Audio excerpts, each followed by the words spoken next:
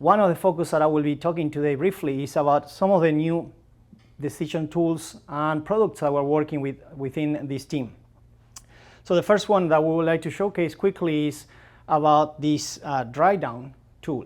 And very briefly, and I will introduce our person working on the tool, is something that is going to help farmers to take decisions on when to start timing, allocation, and more efficiency to go into harvest for corn. So with that, we have Gustavo Nocera. He's our master's student. He's working in our team. And Gustavo, tell us a little bit about what are you doing on this tool. Hello. On this tool, the farmers can select the county that their farmer is located. They can select their planting date, their maturity date, if they don't know their maturity date. This will be estimated, will be simulated. They can select the moisture in the maturity of the kernel, the moisture that they desire to have in the harvesting, and the CRM of the hybrid they planted. And then in the end, they will generate a graph having the growing degree days, emergence window, a flower window, a maturity day estimated or selected, and then finally a harvesting window. And on this, they will have also a dry down curve of the past years. And one of the things that this tool is going to help farmers is to look at when are they need to get ready to harvest.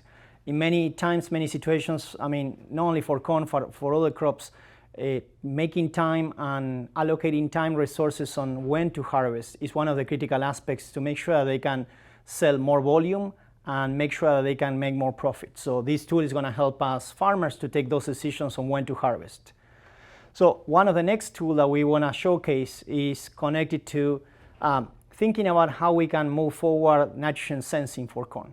And if you think about this, nitrogen sensing has been a big topic and it's still quite challenging in corn to decide what is the optimal rate and thinking about how to optimize the use of resources. And here we have one of our students, Leonardo Boche. He's a student also working in our team and mainly specifically looking at different options for basically sensors and how to sense for nitrogen.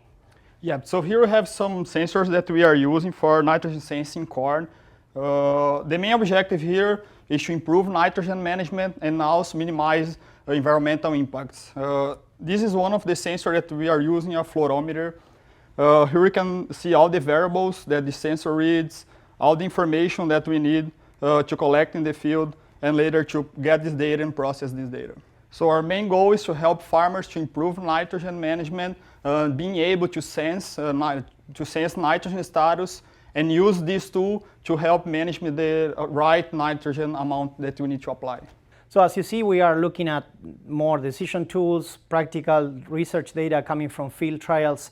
And our next one is really focusing on this idea of how to start using data and providing more relevant data on time to farmers.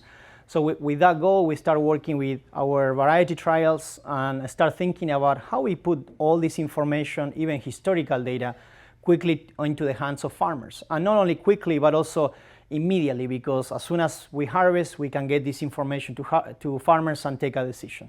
So with that, we have our students also working. Pedro Cisdeli, he's working on really building this tool. So Pedro, tell us a little bit about what you have been working on this tool on variety trials. So this tool is able to provide almost real-time data for the farmers, and the user is able to select from different filters and genotypes, and also different years from all of our crop trials. And with this, the farmer is able to take more decisions relying on data. Thank you, Pedro. And as you can see on the tool, I mean, what we are looking here is we have different crops and all the information, historical data that before was in books. Now farmers, they want to have it quickly and immediately we harvest. So farmers can look at comparing different hybrids in corn. They can compare different years, and they can look at all the locations and decide what are the best options that they have in terms of taking a decision for hybrid selection in corn or variety selection in sorghum. Same for variety selection on soybeans. So here are some ideas on how we can get the data immediately into transforming this information into action, so we can help farmers almost near real time. So thanks, Pedro. And one of the last one to showcase is focusing on really thinking about not only the yields, as you have seen in the past, that we were talking specifically more about yields, but also about what is coming next, which is more relevant for many of our societies on the quality side. So with this, we have Carlos Hernandez. He's also a student in our team, and he's focusing mainly on a project that is looking at start quantifying, predicting soybean composition, no? Focusing on protein and oil. So Carlos, tell us a little bit about what you have been up to in terms of how this information is going to help farmers in the future. This is one of the first results of our project.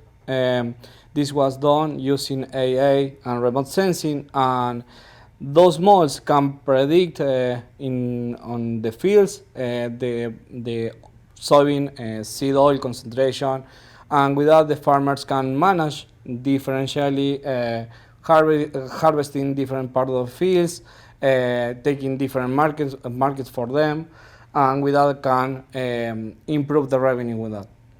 So if you think about, for example, these kind of tools is providing, as Carlos mentioned, near real time, almost close to harvest, so farmers will start getting access to data on quality, and then this data can help farmers to take decisions about how they segregate and divide the fields, and hopefully secure future markets. So looking at quality as another factor that make these commodities, crops, more into specialty crops, and get more profits in terms of looking at these future markets.